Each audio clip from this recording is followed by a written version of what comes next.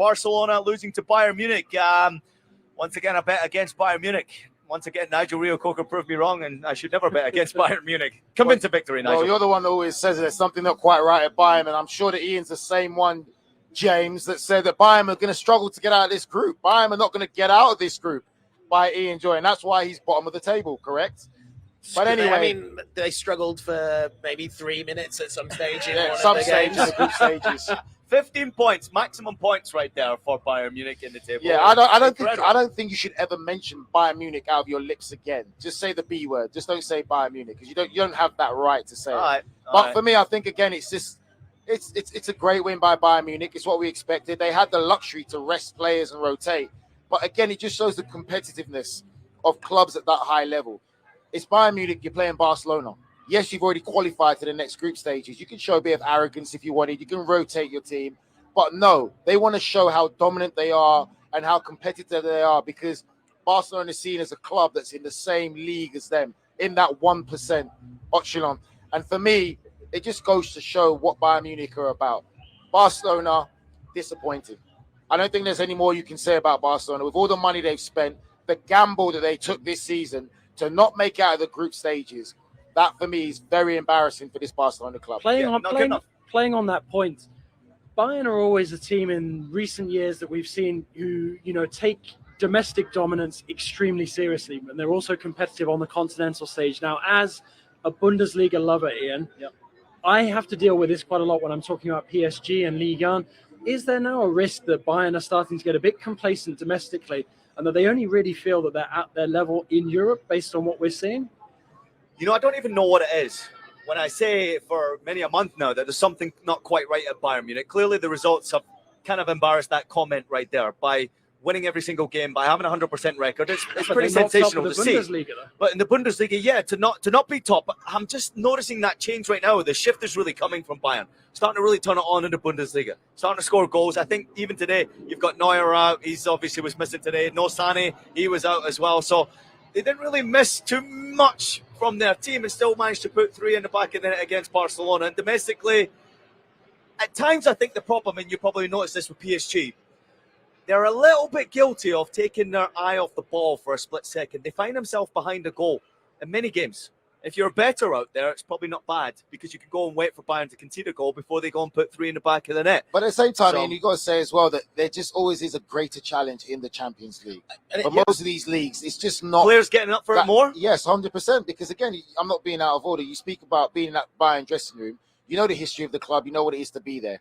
When you're talking about a game against Barcelona at the Nou Camp, you're going to be a lot more up for that than being up for playing against Freiburg. Yeah, but can I ask you about you're talking about the criticism towards the Bundesliga here, and of course the Bundesliga is very close to my heart. I haven't played in Germany for 5 years, but if you look at the German teams who are in this competition right now, Leipzig, if you look at Borussia Dortmund, if you look at Eintracht Frankfurt, and you look at Bayern Munich, it's going all right. Compare that to the Spanish clubs as well. Spanish clubs 1-3, the rest out. Isn't that a full house of German wins this midweek in the Champions League as well?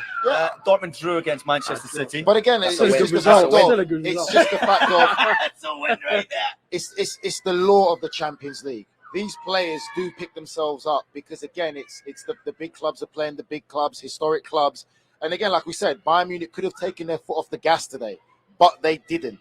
And they've beaten Barcelona home and away, and the record against Barcelona, it's literally laughable at how successful Bayern Munich are. And I think when we talk about Bayern Munich, it's really important that we don't forget how dreadful Barcelona were today and have been through several games. I think, as we said, they played some good football under Xavi, but right now, 0 shots on target, not drawing a save in a match you needed. Well, I suppose you didn't need to win, but in the end. But it felt like a really tame way to exit the competition. Even if, and I think Nigel hit on a good point here, they've had so many hard times against Bayern Munich of late. I think the value, even if it doesn't mean anything in terms of getting in the top 2, but the value of beating Bayern Munich would be quite significant to Xavi, to the club, just to show, look, we've been a bit unlucky with the draw, we've been a bit unlucky against Inter, but we still belong at that level. But this has been a game that convinced James, me. Were they unlucky, though, with the draw of the group? I mean, you would have thought that they would have fancied themselves against Inter over 2 games. Well, but I mean, Inter is still one of the hardest teams in pot 3. So it was. But they're equally a team in crisis. They should have beaten them. They should have beaten Inter. no doubt about it. That they should have been in the top two. I mean, but it was the toughest draw they could have got, and it all comes down to those two games.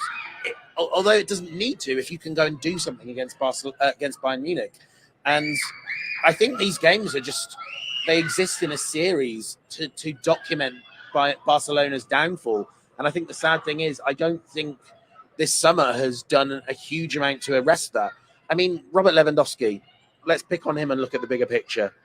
Yeah, he might have had a penalty today. He's not been amazing in the Champions League group stage. He's 33, 34.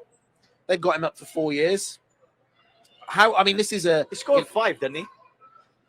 In the Champions League this group stage. Yeah. He hasn't been good against Bayern Munich. That's what matters.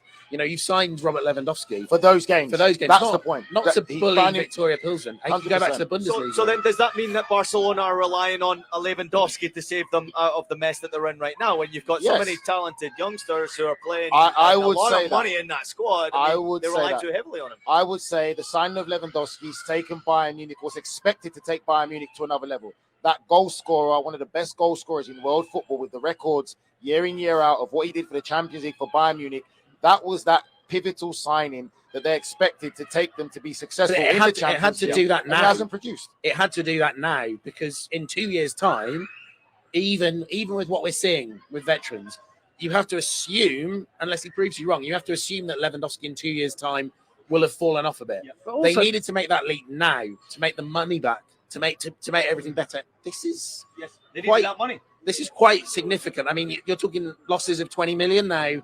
You balance that out a bit by not having to pay anyone a bonus, because you ain't getting a bonus for what you've just done in the group stage. Now they only owe 750 million euros back instead of the 800. That's such a massive amount of pressure to put on just one player. I mean, I know he's Lewandowski. I know his scoring record is phenomenal in the Champions League, but to sort of pin all of the hopes and essentially the financial future of the club on him scoring goals and continuing to score goals, like we've seen him do at Bayern Munich in a completely different team. Yeah, there are star elements to that team, but a new team that's going to have to be rebuilt by a manager who's come in, the mission brief has changed midway through his tenure. That is a lot of pressure and a very difficult situation for any player to go into. I mean, what Lewandowski, as world-class a goal scorer as he is, it's still going to be a lot of pressure for him. No. Exactly. And I think there is this expectation that he would deliver those goals single-handedly at times. JJ, it's funny because you say that, but then when you watch Bayern Munich, all the creativity comes from one player, Dembele. Dembele's been the main Barcelona. It's Dembele. Dembele's been the main man for Barcelona to bring all the creativity, and even him, he's struggling with that burden now. And that's not what you're used to seeing for Barcelona. Yeah. When you look at Barcelona, creativity comes from pretty much all the players there. Yep. And I think that expectancy and that burden on Dembele creating things and Lewandowski not doing it against clubs that he was brought in for is a problem. Look at the midfield. Kessié, Busquets, De Jong. It's nothing special, really. De Jong's gone off. Busquets is too old. Kessié's not going to create. And then you've got Rafinha as well, who should be sharing some of that burden, helping to started off well, and now he's just kind of fizzled out a bit, Rafinha. Yeah, with the results going the way they have done. But obviously, from a player's perspective, really quickly, because we saw the earlier kickoff today where Inter Milan absolutely smashed Pilsen, however you want to pronounce it there. Mkhitaryan opened the score in 35 minutes. And Edin Dzeko got a couple of goals. He also scored his third in the Champions League this campaign. And Romelu Lukaku back for Inter. Now they're through. 10 points for Inter, pretty good. Going into match day 6, no pressure on them whatsoever. But now, as you mentioned, there's a little bit of an unsettled ship, Inter Milan, going into this campaign. What was it like for the Barcelona players going into Bayern Munich today thinking, we're already out? It's a tough one. Mentally, if you know you're out, yes. But then, depending on the club that you're at, and I think a club like Bayern Munich, Barcelona, they would have that standard of, yes, we're out, but we still have to represent this club, and we are playing Bayern Munich, one of the top contenders. So there's still that expectancy to win and put in a performance. Yeah. Like you said, it's showing that we still belong in this competition. But to go out the way that they did and to lose again today, it just shows how far Barcelona are right now from other clubs they've competed against.